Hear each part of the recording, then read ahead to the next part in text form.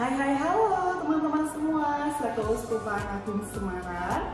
Jumpa lagi hari ini dalam renungan bulan misi hari yang ke-16 dengan tema Kasih Allah sebagai sumber energi bermisi. Nah teman-teman, mari kita tonton bersama video tentang Santo Fransiskus Xaverius. Selamat menonton.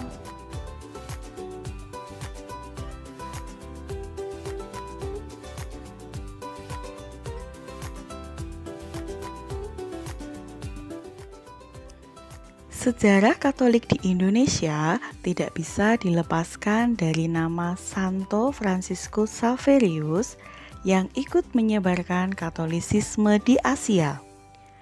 Santo Fransiskus Xaverius berasal dari keluarga bangsawan.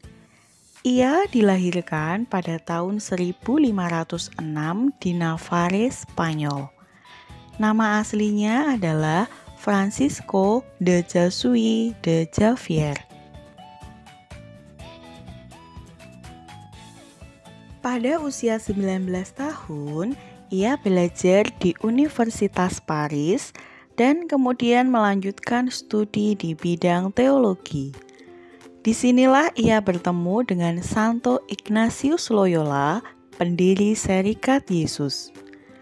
Dan Santo Fransiskus Xaverius adalah salah satu dari 7 orang pertama dari Serikat Yesus yang pada tahun 1534 mengucapkan kaul untuk melayani Tuhan dan menerima tabisan imamatnya di Venice 3 tahun kemudian. Karya misi Santo Fransiskus Xaverius. Pada tahun 1540, Santo Ignatius Loyola menunjuk Santo Fransiskus Xaverius untuk bergabung dengan Romo Simon Rodriguez untuk melakukan ekspedisi misi pertama ke Hindia Timur. Santo Fransiskus Xaverius berlayar menuju Goa, India, yang menjadi pusat kegiatan Portugis di India. Di situ, dia mulai menyebarkan Katolisisme. Ia memulai misinya dengan mengajarkan prinsip-prinsip agama dan praktek-praktek kebajikan. Ia menolong dan menghibur yang sakit di rumah sakit dan di penjara, melakukan katekese, mengajarkan syahadat iman atau kredo, mengajarkan doa-doa dan nilai-nilai Kristiani kepada mereka. Ia mempersembahkan misa bersama para penderita lepra setiap hari Minggu, berkhotbah di depan umum, dan mengunjungi rumah-rumah penduduk. Keramahan dan kelembutan karakternya, serta perhatiannya yang penuh kemurahan hati, sungguh sangat memikat hati banyak orang. Pada tahun 1545, Santo Fransiskus Xaverius berlayar ke Malaka di Semenanjung Malaya.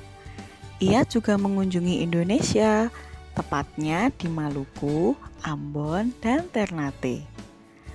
Ia mengunjungi kelompok-kelompok kecil umat yang telah dibaptis, menulis katekismus kecil dalam bahasa Melayu, dan membuka sekolah-sekolah bagi orang pribumi.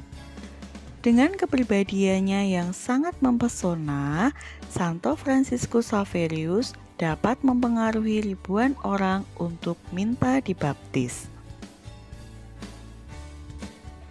Setelah selesai bermisi di Indonesia, Santo Fransiskus Xaverius melanjutkan misinya ke Jepang.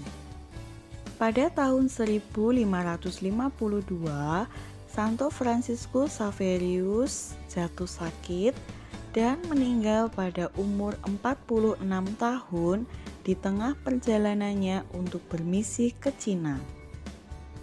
Santo Fransiskus Xaverius dikanonisasi oleh Paus Gregorius ke-15 pada tahun 1622 bersama dengan Santo Ignatius Loyola.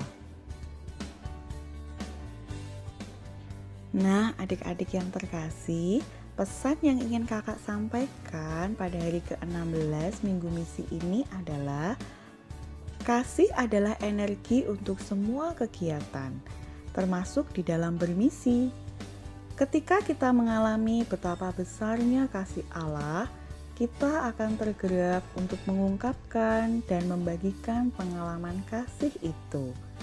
Karena kasih selalu menggerakkan. Jika mobil membutuhkan bensin untuk bisa berjalan dan televisi membutuhkan listrik agar bisa hidup, maka misi membutuhkan kasih agar bisa hidup dan berjalan. Merenungkan dan menyadari kasih Allah adalah energi yang sangat dibutuhkan bagi para misionaris gereja, seperti yang dilakukan oleh Santo Fransiskus Xaverius.